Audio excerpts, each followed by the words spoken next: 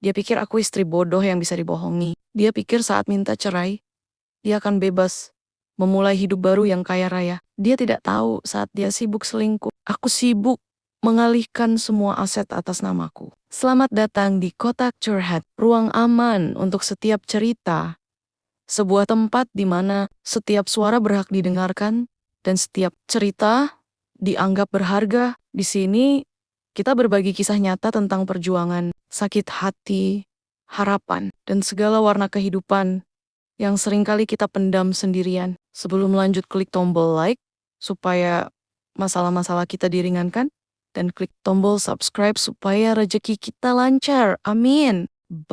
Aku gak akan pernah lupa malam itu waktu pertama kali ngedapati suami selingkuh. Rasanya badan ini lemes, mau nangis, tapi air mata gak keluar. Cuma bisa mandangin layar HP, liatin bukti chat dia sama perempuan itu. Suamiku sendiri udah tidur di kamar, pules banget. Sama sekali gak tahu kalau istrinya di ruang sebelah lagi ngerasa dunianya runtuh. Pengen banget rasanya aku masuk kamar, aku bangunin dia, terus aku lempar HP ini ke mukanya. Pengen teriak, pengen maki-maki. Kok bisa dia setega ini selingkuh di belakangku? Apa salahku selama ini? Semua pertanyaan itu muter-muter di kepala. Tapi entah kenapa, kakiku malah jalan ke kamar anak-anak. Aku buka pintunya pelan-pelan. Aku lihat mereka lagi tidur, Bun. Mukanya damai banget, nggak ada dosa sama sekali. Di situ langsung kayak ada yang nonjok hatiku. Ya Allah, nasib anak-anak ini gimana nanti? Semua pikiran buat enggamuk-enggamuk tadi langsung hilang. Yang ada di otakku cuma satu, anak-anak nggak boleh jadi korban dari perselingkuhan ini. Mereka nggak boleh tahu dulu soal ini. Mereka nggak boleh lihat ibunya nangis-nangis kayak orang gila. Aku harus kuat, bukan buat suamiku lagi, tapi buat mereka. Besok paginya, sumpah Bun, itu pagi paling berat seumur hidupku. Aku masak sarapan seperti biasa, bikinin dia kopi, nyiapin anak-anak sekolah. Aku ngobrol, aku senyum. Tapi di dalam hati, rasanya kayak ada yang mati, kosong. Semua aku lakukan kayak robot aja. Dan sambil nyuapin anakku sarapan, otakku mulai jalan. Oke, kalau pernikahan ini memang sudah nggak bisa diselamatin, paling nggak masa depan anak-anak harus selamat. Semua aset, semua tabungan yang kami kumpulin selama ini, itu hak mereka. Nggak boleh jatuh sepeser pun ke tangan perempuan itu. Dari situ aku tahu apa yang harus aku lakukan selanjutnya. Sakit hatiku urusan nanti. Yang pertama dan utama adalah mengamankan hak anak-anakku. Mungkin ada yang mikir, aku nih jahat, matre, atau licik Bun, kok suaminya selingkuh? Yang pertama kali dipikirin malah harta. Jujur, di awal-awal aku juga sempat mikir gitu, apa aku serendah itu ya jadi perempuan? Tapi pikiran itu langsung aku buang jauh-jauh. Karena ini bukan lagi soal aku, ini bukan soal uang buat aku. Foya-foya atau balas dendam biar dia miskin. Bukan.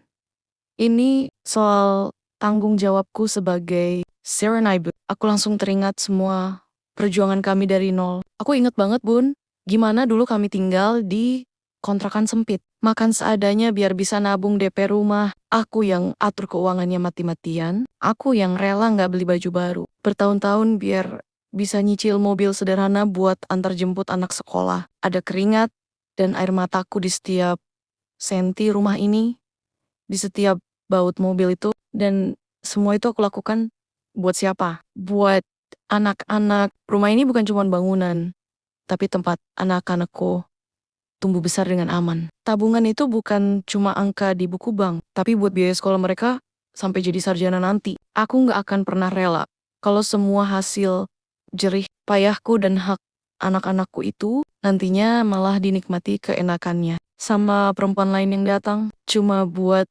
ngerusak. Gak akan pernah pikiran terburuk langsung muncul di kepalaku. Gimana kalau suamiku makin gelap mata? Duit tabungan dikuras habis buat nyenengin selingkuhannya. Aset dijual diam-diam. Terus aku dan anak-anak mau tinggal di mana? Mau makan apa? Pikiran itu yang bikin aku jadi nekat Bun. Operasi senyap pun aku mulai. Aku gak bisa langsung frontal minta alih nama semua harta. Bisa-bisa dia curiga. Aku mulai dari yang paling gampang. Aku bilang ke dia, Pah, PPKB motor sama mobil biar mama yang simpen di lemari ya. Biar jadi satu dan aman kalau perlu apa-apa. Mungkin karena gak curiga atau memang lagi ngerasa bersalah, dia langsung setuju. 1 point aman. Beberapa minggu kemudian, aku mulai manuver yang lebih besar. Rumah Ini yang paling bikin deg-degan. Setelah mikir berhari-hari, cari alasan yang paling masuk akal, akhirnya aku beranikan diri ngomong ke dia pas lagi santai. "Pah, mama kepikiran deh," kataku sambil ngasih dia teh hangat. "Gimana kalau sertifikat rumah ini kita balik nama jadi atas nama mama?" Dia langsung kaget, natap aku. Aku cepat-cepat lanjutin, "Bukan apa-apa, Pah, cuman buat jaga-jaga aja. Kemarin kan mama ngobrol sama temen, katanya kalau aset kayak rumah itu atas nama istri, nanti urusan pajaknya. Atau kalau misalnya kita mau jadiin jaminan buat nambah modal usaha di masa depan, prosesnya lebih gampang, biar papa fokus kerja aja. Urusan administrasi kayak gini, biar mama yang urus." Aku ngomong setenang dan seyakin mungkin. Padahal jantungku rasanya mau copot. Mungkin karena alasanku kedengeran masuk akal. Atau mungkin lagi-lagi karena dia ngerasa bersalah, dia akhirnya setuju. Pun setuju. Rasanya lega yang gak bisa diungkapin. Prosesnya memang makan waktu dan energi. Tiap hari aku harus pasang muka manis dan bersikap normal di depan orang yang udah ngehancurin hatiku, tapi setiap kali aku lihat BPKB sudah di tanganku, atau saat akhirnya aku pegang sertifikat rumah yang sudah berganti nama, aku tahu semua ini sepadan. Ini bukan soal menguasai, ini soal melindungi. Benteng pertama untuk masa depan anak-anakku sudah berdiri kokoh. Sekarang, saatnya aku membangun benteng keduaku, punya penghasilan sendiri. Bun, setelah aku tahu semua perselingkuhan ini, hidupku langsung berubah. Bukan jadi ribut atau penuh pertengkaran, malah sebaliknya.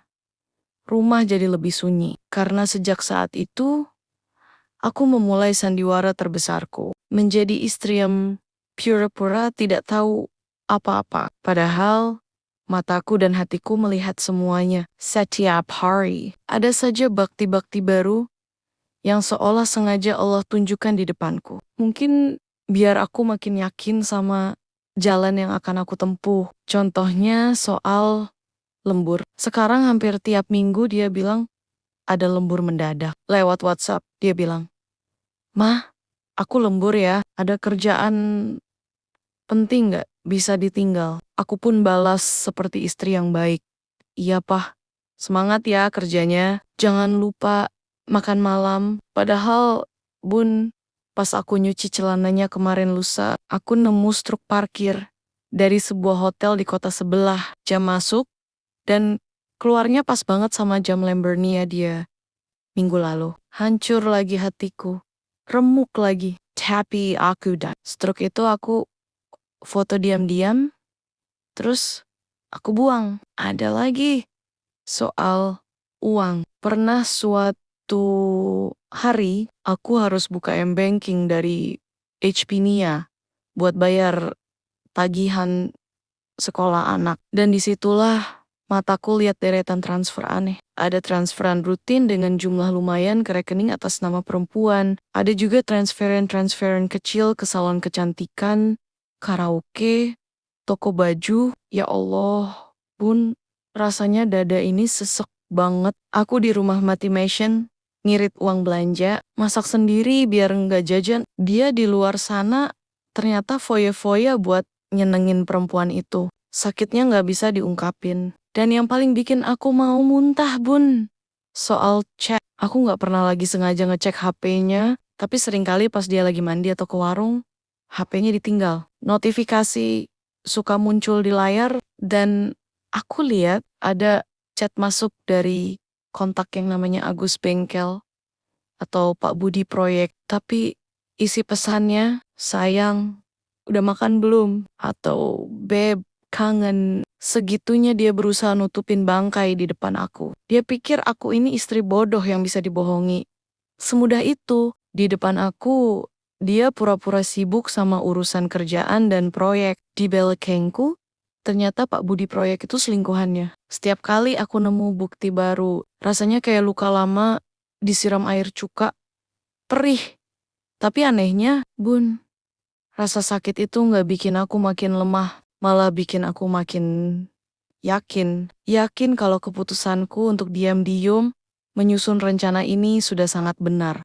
Yakin kalau aku harus bisa berdiri di kaki sendiri secepatnya dan mengamankan semua yang menjadi hak anak-anakku. Biarlah untuk saat ini dia merasa aman dalam kebohongannya. Biarlah dia pikir aku ini istri lugu yang gak tahu apa-apa.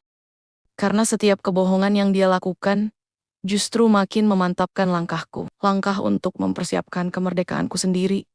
Dalam diam, Bun. Memulai usaha diam-diam itu ternyata capeknya berkali-kali lipat. Capek fisik, karena harus curi-curi waktu. Capek batin, karena harus selalu waspada dan pura-pura. Tapi anehnya, Bun, setiap kali suamiku berulah dan menyakiti hatiku, rasa capek itu malah berubah jadi semangat. Perlakuan jahatnya itu justru jadi bensin terbaik buat usaha rahasiaku di rumah. Aku bergerak dalam sunyi. Waktu kerjaku cuma pas dia sudah berangkat, atau tengah malam, saat dia sudah pulas. Semua peralatan dan bahan baku aku sembunyikan serapi mungkin. Rasanya sudah seperti agen rahasia. Justru di tenggo-tenggo perjuangan, sembunyi-sembunyi iku inilah, perlakuan dia makin menjadi jeti. Mungkin karena dia pikir, aku ini istri penurut yang gak tahu apa-apa. Kayak kemarin misalnya, aku bilang, "Pah, gas di dapur, habis uang belanja bulanan juga udah menipis banget." Jawabannya ketus banget, Bun. "Baru dikasih minggu lalu kok udah habis. Kamu boros banget sih jadi istri." Makanya dihemat-hemat. Jangan beli yang gak perlu. Nyesek banget rasanya dibilang boros. Dia gak tahu aku udah jungkir balik ngatur uang di tengah harga-harga yang naik. Dan yang lebih bikin sakit, aku tahu persis dari mutasi rekening yang pernah kulihat kalau dia baru aja transfer sejumlah uang buat perempuan itu. Di saat aku diomelin karena beli gas, dia justru lagi foya-foya di luar. Aku cuma bisa senyum kecut, "Iya, Pah. Nanti Mama lebih hemat lagi." Malamnya pas dia udah tidur, rasa sakit hati itu yang bikin aku kuat melek sampai jam 2 pagi buat nyelesain pesanan dimsum. Hinaan dia soal boros itu yang bikin tanganku makin semangat bekerja. Belum lagi sikapnya kalau di rumah, dia lebih banyak sibuk sama HP-nya. Senyum-senyum sendiri. Aku tahu dia lagi chat sama siapa. Kalau aku coba ajak ngobrol soal anak-anak, jawabannya cuma, atau iya, tanpa noleh sedikit pun. Anakku ngajak dia main, dia malah bilang, "Sana sama mama aja, papa capek, pusing, banyak kerjaan." Rasanya kayak jadi pajangan di rumah sendiri, Bun. Nggak dianggap, tapi justru di saat dia cuek gitulah. Aku jadi punya banyak waktu buat ngurus pesananku. Pas dia asik sama dunianya, aku di dapur diam-diam ngaduk adonan sambil balesin chat pelanggan. Dalam hati aku mikir, oke, cuekin aja aku terus. Makin kamu gak peduli, makin banyak uang yang bisa aku kumpulin. Setiap rupiah yang masuk ke rekening rahasiaku rasanya jadi obat. Obat buat hatiku yang tiap hari disakiti oleh sikapnya. Jadi ya gitu, Bun. Dia pikir dia lagi di atas angin. Dia pikir aku ini istri bodoh yang sabar dan bisa naikin jak sesukanya. Dia sama sekali gak sadar setiap kata-kata kasarnya, setiap perlakuan dinginnya. Itu semua sedang membangun sebuah tangga untukku. Tangga menuju kemerdekaanku yang aku bangun dalam diam, tepat di bawah hidungnya. Punya tabungan rahasia dan aset atas nama sendiri, itu emang bikin sedikit lega. Rasanya ada jaring pengaman yang gak terlihat. Tapi kalau ada yang bilang uang bisa menyembuhkan sakit hati karena dihianati, itu bohong besar, Bun. Setiap malam, pas semua urusan rumah dan kerjaan rahasiaku beres, pas anak-anak udah pulas di kamarnya, di saat-saat sunyi itulah rasa sakitnya datang lagi. Nyerang tanpa ampun. Suami tidur di sampingku, tapi rasanya kami terpisah samudra. Dia tidur nyenyak, mungkin di mimpinya dia lagi bahagia sama perempuan itu. Sementara aku seringnya cuman bisa melek mandangin lenggit-lenggit kamar yang gelap sambil nahan air mata biar nggak ada suara isakan. Semewak indah waktu awal-awal kami menikah. Dulu tiba-tiba suka muter sendiri di kepala. Gimana dulu dia janji mau selalu setia, gimana kami berdua berjuang dari nol. Sakitnya, Bun, dikhianati sama orang yang paling kita percaya itu rasanya nggak ada obatnya. Rasanya kosong. Aku nggak bisa cerita ke banyak orang karena semua rencanaku ini kan harus berjalan dalam diam. Salah ngomong sedikit, bisa hancur. Satu-satunya caraku buat bertahan adalah dengan ngobrol sama yang di atas. Bun, setiap sholat, apalagi pas bisa bangun tahajud, di situ aku tumpahin semuanya. Aku nangis segede-gedenya sampai sesak. Aku ngadu semua sakit hatiku, semua bebanku. Cuma Saat itu aku bisa jadi diriku sendiri yang lagi rapuh. Kalau rasa sakitnya udah nggak tertahankan lagi, aku biasanya pelen-pelen buka pintu kamar anak-anak. Aku ciumin kening mereka satu-satu. Lihat wajah damai mereka itu kayak jadi charger instan buat hatiku yang lagi sekarat. Aku harus kuat. Aku harus waras. Demimer. Pelan-pelan, aku mulai belajar. Belajar buat berhenti bertanya apa kurangnya aku. Aku paksa diriku buat ganti pertanyaan itu. Jadi, aku ini berharga. Aku nggak layak diselingkuhi. Harga diriku bukan ditentukan dari setia atau tidaknya dia. Harga diriku nggak akan luntur cuma karena dia lebih memilih perempuan lain. Harga diriku utuh karena aku seorang perempuan. Seorang ibu yang sedang berjuang sekuat tenaga untuk anak-anaknya. Apa hatiku sudah sembuh sekarang? Belum, Bun. Jujur masih remuk. Tapi sekarang kepingin remuk itu lagi aku susun ulang pelan-pelan. Bukan lagi dengan lem kenangan manis bersamanya. Tapi dengan semen yang terbuat dari doa, dari senyum anak-anak, dan dari setiap rupiah hasil jerih payahku sendiri. Bentengku sekarang bukan cuma benteng finansial, tapi juga benteng hati. Pelan-pelan aku bangun lagi, biar nggak akan ada lagi yang bisa menghancurkanku sedalam ini. Bun, semua rencanaku, semua persiapanku dalam diam selama ini. Akhirnya sampai juga di hari penentuan. Suatu malam, suamiku akhirnya mengajakku bicara serius. Dengan wajah yang sulit diartikan, dia bilang, "Ma, aku rasa kita sudah nggak bisa lanjut. Aku mau kita pisah." Aku nggak kaget, Bun. Sama sekali. Aku sudah tahu hari ini pasti akan datang. Aku cuma menatap wajahnya dengan tenang. Lalu aku bertanya, karena perempuan itu mau jadi istri resmi kan? Dia shock, aku tahu. Wajahnya langsung pucat. Tapi akhirnya dia mengangguk pelan. Tidak ada tangisan atau teriakan dariku. Aku hanya menjawab singkat, "Oke." Selama proses perceraian, aku lihat dia dan selingkuhannya begitu bahagia. Mungkin mereka pikir mereka sudah menang kelak. Mereka akan segera memulai hidup baru yang indah setelah aku tersingkir. Aku biarkan mereka menikmati euforia sesaat itu. Aku ikuti semua prosesnya dengan tenang. Sampai tibalah hari sidang pembagian harta gono gini. Di ruang sidang, mantan suamiku dengan percaya diri menyebutkan semua aset yang kami punya, rumah, mobil, tabungan. Pengacaranya bilang semua itu harus dibagi dua. Di saat itulah, aku melalui pengacaraku, mengeluarkan semua bukti kepemilikan, sertifikat rumah atas namaku, BPKB mobil atas namaku, dan rekening tabungan bersama, yang isinya sudah aku amankan ke rekening pribadiku untuk dana anak-anak. Jauh sebelum gugatan cerai ini masuk, aku lihat wajah mantan suamiku langsung berubah dari percaya diri menjadi bingung.